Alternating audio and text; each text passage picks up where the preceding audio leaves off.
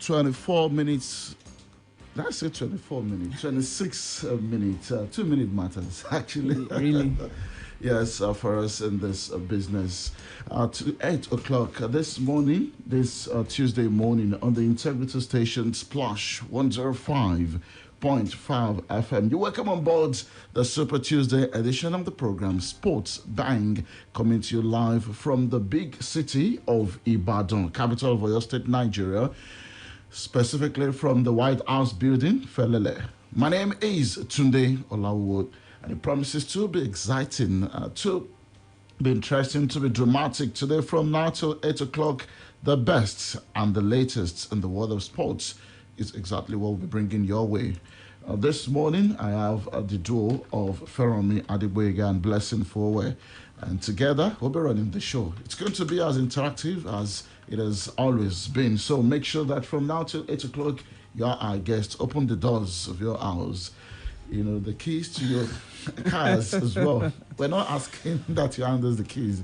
Let's just, be your friends and partners from now till 8 o'clock. And if you're listening via the phone, these days, a lot more people actually listen, especially prime time like this on the phone. Good morning to you all. Blessing for how are you? I'm fine, Tunde. Good morning to you. Good morning to Feromi. Good morning to the entire city and beyond. It's great to be back here on Sports Bank this morning. And just want to add to what you said about people opening their cars, opening their doors. Well, beyond that, I always say, open your hearts. I mean, we don't take it for granted that people welcome us into their hearts every day. You want to enter their hearts? Yes, we're in their hearts already. Splash FM is in their hearts. You want to enter their hearts? Splash FM is in their hearts, right there in their mind. We are companions. So I'm really happy about that. And of course, the reason why I am counting down to Splash FM's anniversary, I mean, this week is going to be absolutely amazing. I mean, been doing this for how many years now?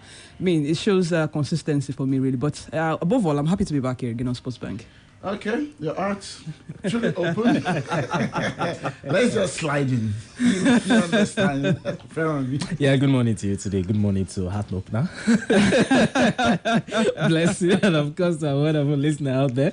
I mean, it's always super excited to be back, to always do what we know how to do best. And of course, as they are opening their hearts, we are also opening ours as well, to accommodate our wonderful listener, because of them, that is why we are here. And of course, we are just going to do justice to everything we have lined up for your listening pleasure on this wonderful morning.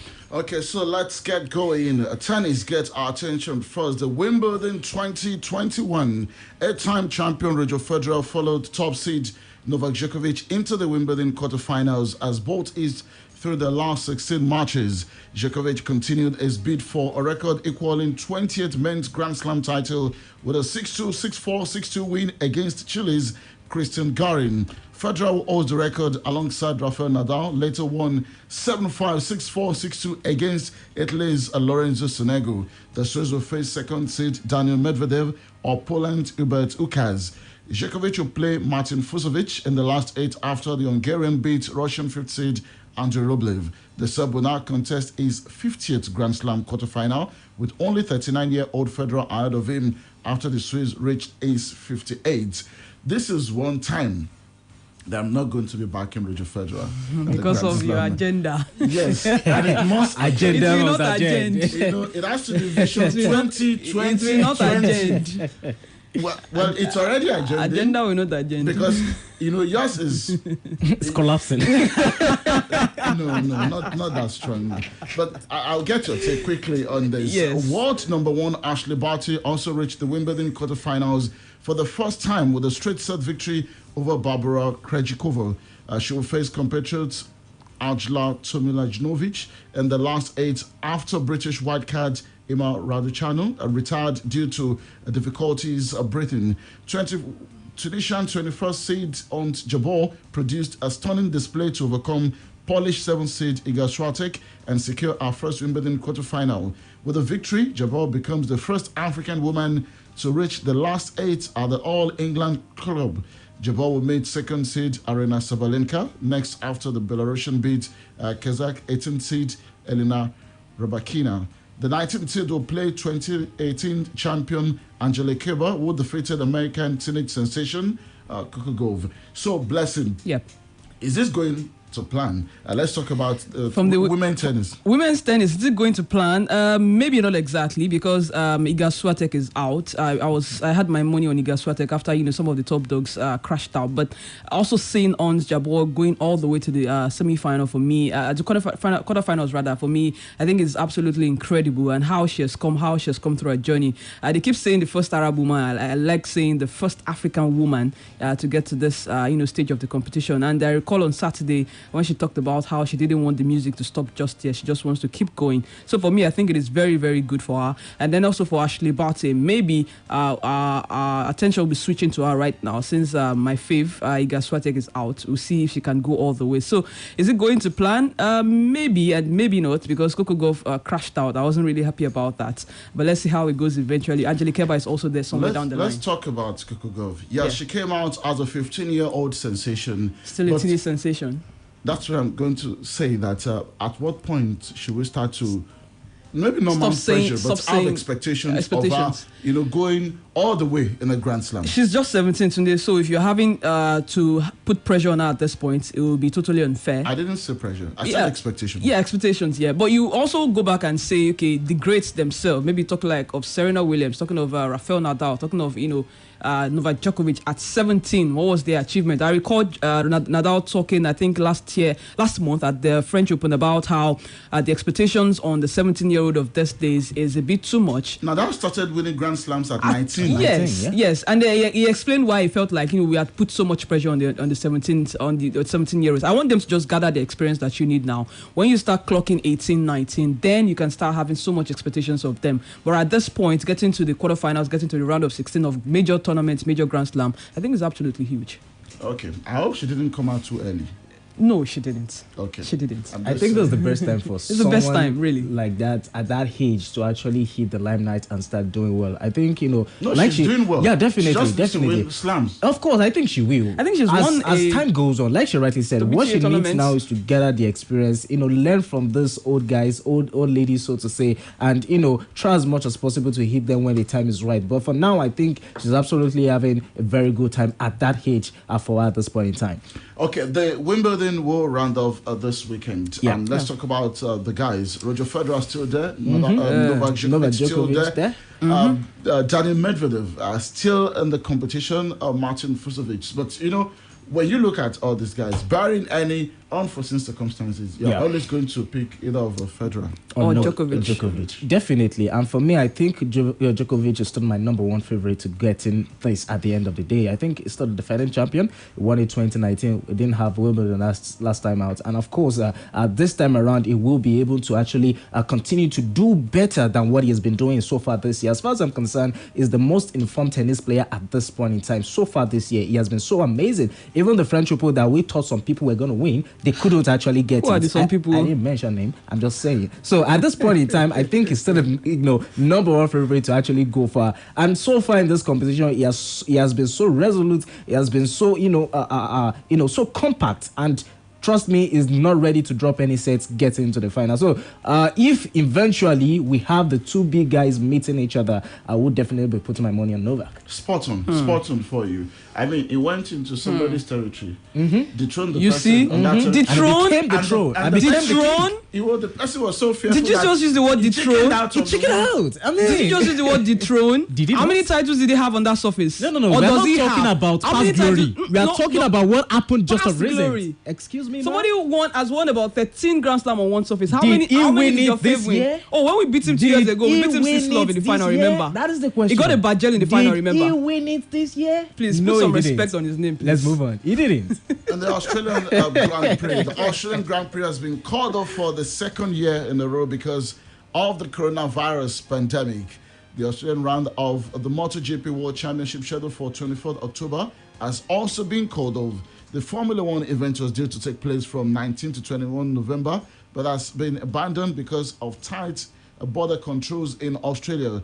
Australian Grand Prix Corporation Chairman Paul Little said he was deeply disappointed, according to a statement that he released. The Australian race was only to be followed by two more in the Formula One season, Saudi Arabia, and the season-ending Grand Prix in Abu Dhabi. And let's talk about the Tokyo Olympics. The first batch of Team Nigeria to the Tokyo 2020 Olympic Games will depart the country today. This was announced in a statement from the media office of the Minister of Youth and Sports Development. The contingent, which is made up of 2 athletes, 2 coaches, and 6 officials, will depart Nigeria via an Ethiopian airline flight from the Nnamdi Azikiwe International Airport, Abuja. Ayomide Bello and Esther Toko, who will represent Nigeria in the canoeing and rowing event, are joined by their coaches Ebenezer Okuna and Regina Enofe for the trip. Also in the contingent are Secretary General of the Nigerian Rowing, Canoe and Sailing Federation, Olubomi Oluode, and the Special Advisor on Sports to the Sport Minister, Mary Onyali. Yes, you heard that right, Mary Onyali. They will also be joined by a medical crew which includes Dr. Samuel Ogbodeminu, Okon Joseph, Abdusalam Shaibu, and Ekundayo Ogukule. The second batch of the country's contingent will also depart for Kisarazu, Japan, where Team Nigeria will be camped on the 13th of July. Meanwhile, D Tigers captain, that is the senior men's national basketball team of Nigeria, Ike Diogu, was a surprise exclusion from the provisional 15-man squad for the Tokyo 2020 Olympic Games. Head coach Mike Brown had pruned down the list from the initial 49 players invited to camp in California ahead of the games. But regulars Al-Farouk Aminu, Michael Eric, and OG Anunobo pulled out of the squad prior to the 15-man list, which will also be reduced to a final 12 in the coming days. Head coach Mike Brown listed 4 debutants in the squad: Mohamed H. Trio of Precious Achiwa, Kezi Okpala, and Mayor Oni, and Detroit Pistons Jalil Okafo. We have so many other players. The Tigers play Italy, Germany, and Australia in Tokyo. And for the women's national team, coach Otis Ovley listed 3 new players: Erica Ogumeke, Odera Chidom, and Elizabeth Williams in his squad. Ogumeke's sister Nneka, a World Cup winner with the US in 2014 and 2018, and Chine also made the squad. The other players who made the squad are Adara Ilonu, Aisha Balarabe, Eme Amukamara, Atonye Yingifa, Ezine Kalu, we also have Palace Kunai Akpana, Ifunaya Ibekwe, Emi Okunko, and Victoria Macaulay. Also exciting power forward Evelyn Akato missed out from the Tigers squad for the Olympics following COVID-19 travel restrictions, which prevented her from joining the other players in camp in the United States. The Tigers are drawn against USA, France, and host Japan, and still counting down towards the Olympics. Some days to go. The 2-day tournament, which runs from, we're talking about wrestling now, is set for a tune-up tournament in Yenagoa as part of their tune-up preparations. It runs from 9th to 10th of July and will take place at the ultra-modern Dynamite Wrestling Gym in Yenagoa, the Bayelsa State capital, under strict COVID-19 restrictions.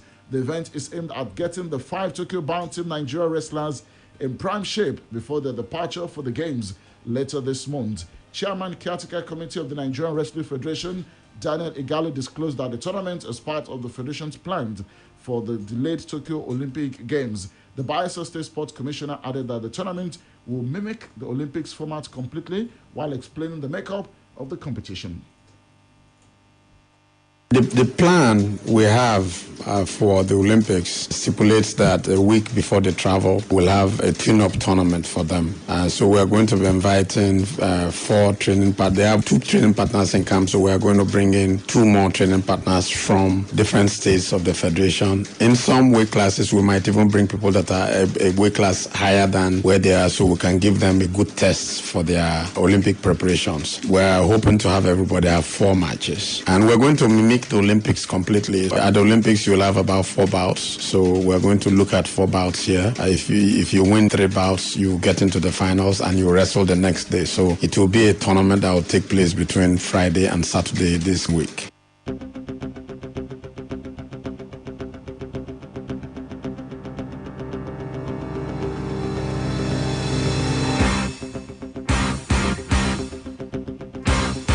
Honorable Daniel Igali speaking there, the caretaker chairman, Nigeria Wrestling Federation. In Tokyo, former world number 1, Oduayo Adekure, 10-time African champion Blessing Oborodudu, back-to-back Commonwealth gold medalist Aminat Adeni, and young star Adijat Idris will represent Team Nigeria in women wrestling, while 2018 African champion Ekerekeme Agiomo will fly the country's flag in the freestyle event. The 5 wrestlers have been intensifying preparations in their Yenagoa camp for over 2 months. Okay, let's move away from Nigeria now to focus on the Copa America. That is the continental football competition in South America. Brazil defeated Peru 1-0. Star forward Neymar set up Lucas Paqueta to score the only goal as host Brazil beat Peru 1-0 on Monday to qualify for the Copa America final, as some of us predicted. The semi-final was a repeat of the last final 2 years ago when the Brazil team shown off the injured Neymar also triumphed on home soil. The Seleção will play either Lionel Messi's Argentina or Colombia, who meet in the Brasilia on Wednesday in Saturday's final at Rio de Janeiro's iconic Maracanã Stadium. This is advantage Brazil. Whatever happens, they've got some days. Yeah, home based, yes. Yeah. Hopefully, Argentina qualifies. And then they are playing at home as well, so that we have a fantastic hopefully final. not. It doesn't matter. Bless you. So you are bringing this live on radio. It is my prediction. I am not predicting Argentina to make to the final. And even if they get to the final, I do not want them to win. It is my prediction. Bless you. What do you need? It is my prediction. Do you need a signed jersey from Messi? Maybe. Then you should say, okay, in the UEFA Euros, it's Italy versus Spain. I know where Ferrami is on this one.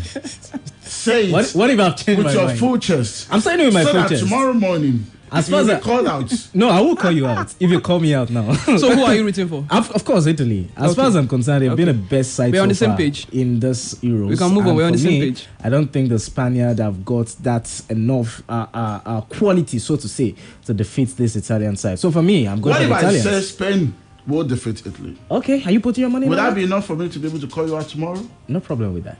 Okay. The battle line is drawn.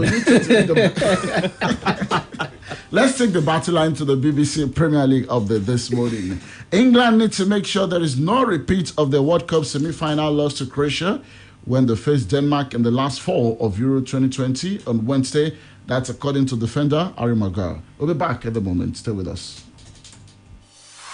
BBC Premier League update from the home of Premier League football. Hello, I'm Andy Barwell at BBC Sports Centre. Manchester United's Harry Maguire has praised the club's medical staff and their England colleagues for getting him fit for the European Championship.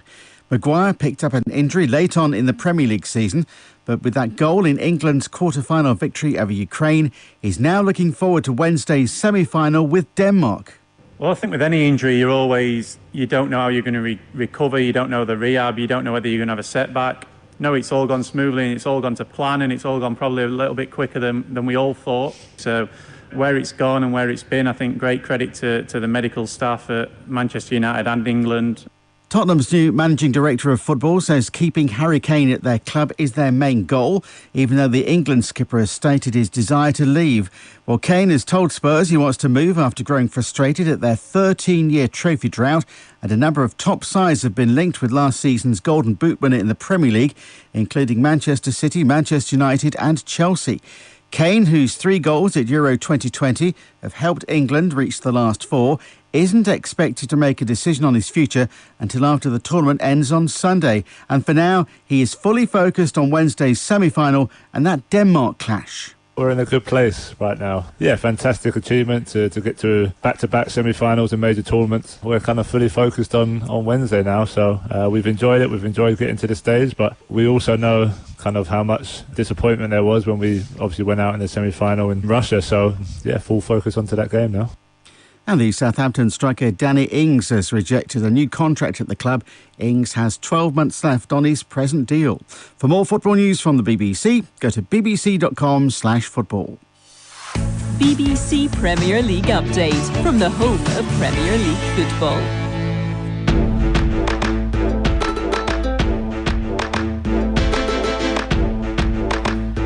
Okay, there you listen to the BBC Premier League update. Welcome back on Sports Bang.